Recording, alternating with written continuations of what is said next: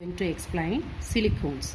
Silicones, these are polysiloxanes or organosilicon polymer or high temperature polymer. Silicones, it is also called as polysiloxanes or organosilicon polymer or high temperature polymer. That's the general formula R2SiO. How it is prepared? The starting material of silicones are alkyl or aryl substituted silicon chlorides. Alkyl or aryl substituted silicon chlorides having the formula R the suffix N, SiCl, for Cl the suffix 4 plus N. Okay, and how the alkyl or aryl substituted silicon chlorides can be prepared? You see here, when alkyl halide or aryl halide is reacting with silicon in the presence of copper at 570 Kelvin, it gives dichloro-dialkyl silicanes. Dichloro-dialkyl silanes. Okay, and which undergoes hydrolysis reaction. Even the two chlorine atoms present in the silanes are replaced by two hydroxyl groups and it forms dialkyl dihydroxysilanes. It is very important reaction. You see how silicones are prepared. Silicones are prepared from the raw material of alkyl or aryl substituted silicon chlorides. So how these silicon chlorides are prepared? When an alkyl halide reacts with the silicon in the presence of copper at 570 Kelvin, it gives dichloro-dialkyl silanes which undergoes hydrolysis. So during that, the two chlorine atoms present in the silanes are replaced by two hydroxyl groups and it gives dialkyl dihydroxysilanes which undergoes polymerization. And the dialkyl dihydroxysilanes, the structure formula is given here.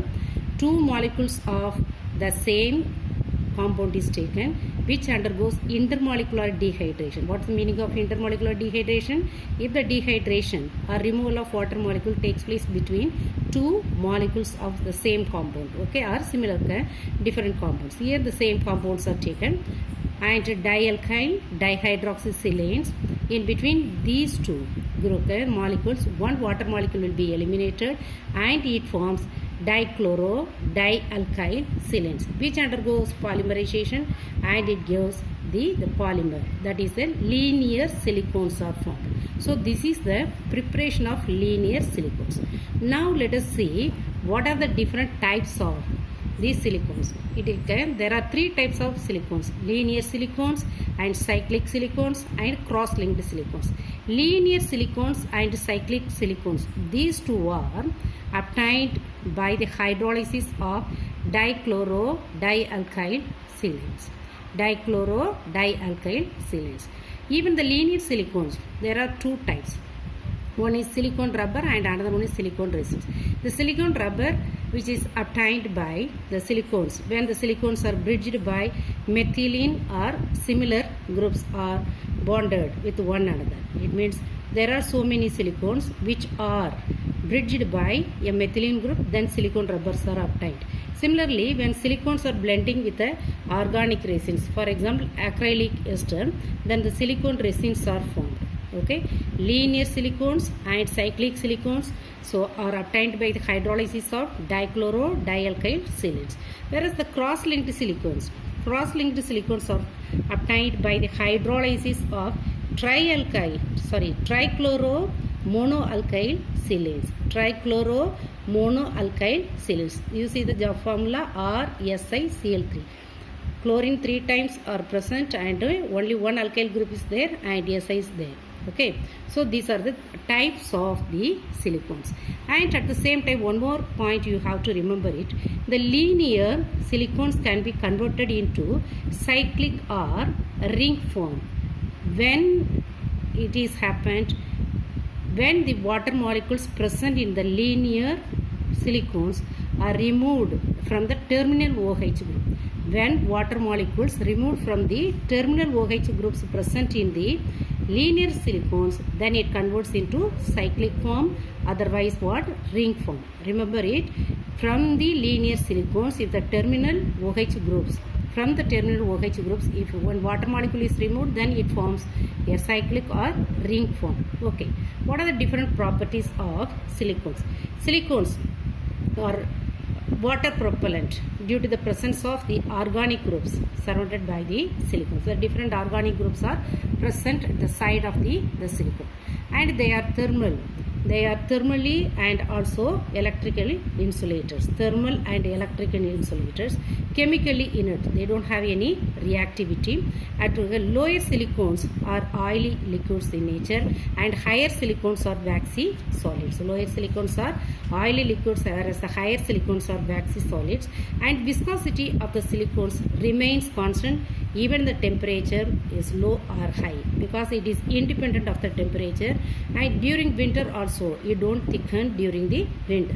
Okay, so these are the general properties of the silicones. What are the uses of silicones? Silicones are used for lower temperature lubrication, and also in vacuum pumps and high temperature oil baths.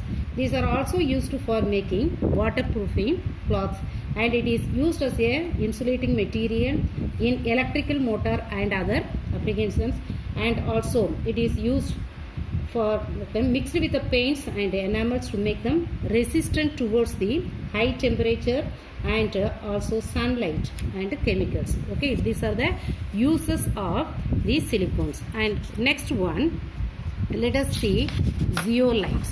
Zeolites are hydrated.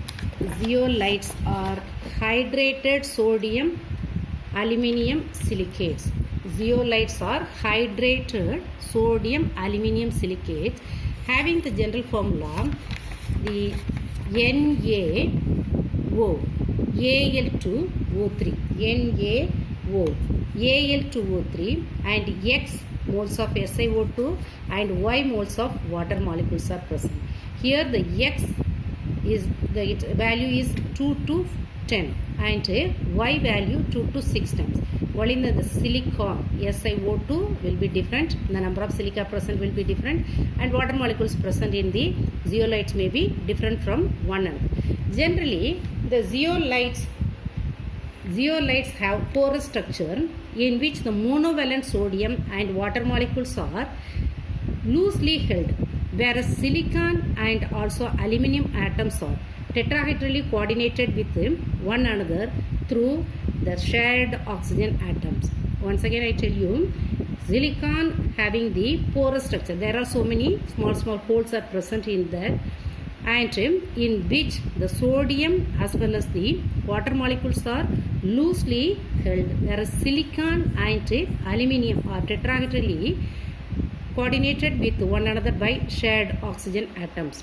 And also zeolites have three-dimensional crystalline structure, and so these are having the network of interconnected tunnels and also gauges like a honeycomb structure. The honeycomb structure actually you studied in allotropic forms of carbon. One of the allotropic form of carbon is graphene, that also having the honeycomb structure.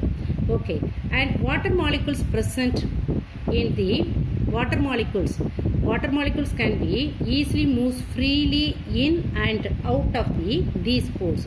What are the pores are present in the zeolite, that through that water molecules can be goes inside as well as the outside. Okay, and the size of the pore and channel size are uniform. Okay, and the zeolites, what is the important use of zeolite? It is used for removal of the permanent hardness of water. How? The permanent hardness of water, it is due to the presence of calcium and magnesium ion. So when the zeolites are mixed with the hard water, then in the hard water whatever the calcium ions are present, that is replaced by the sodium ions, and the hardness of water can be removed. So in this way zeolite is very important use in the removal of permanent hardness of water. That's all.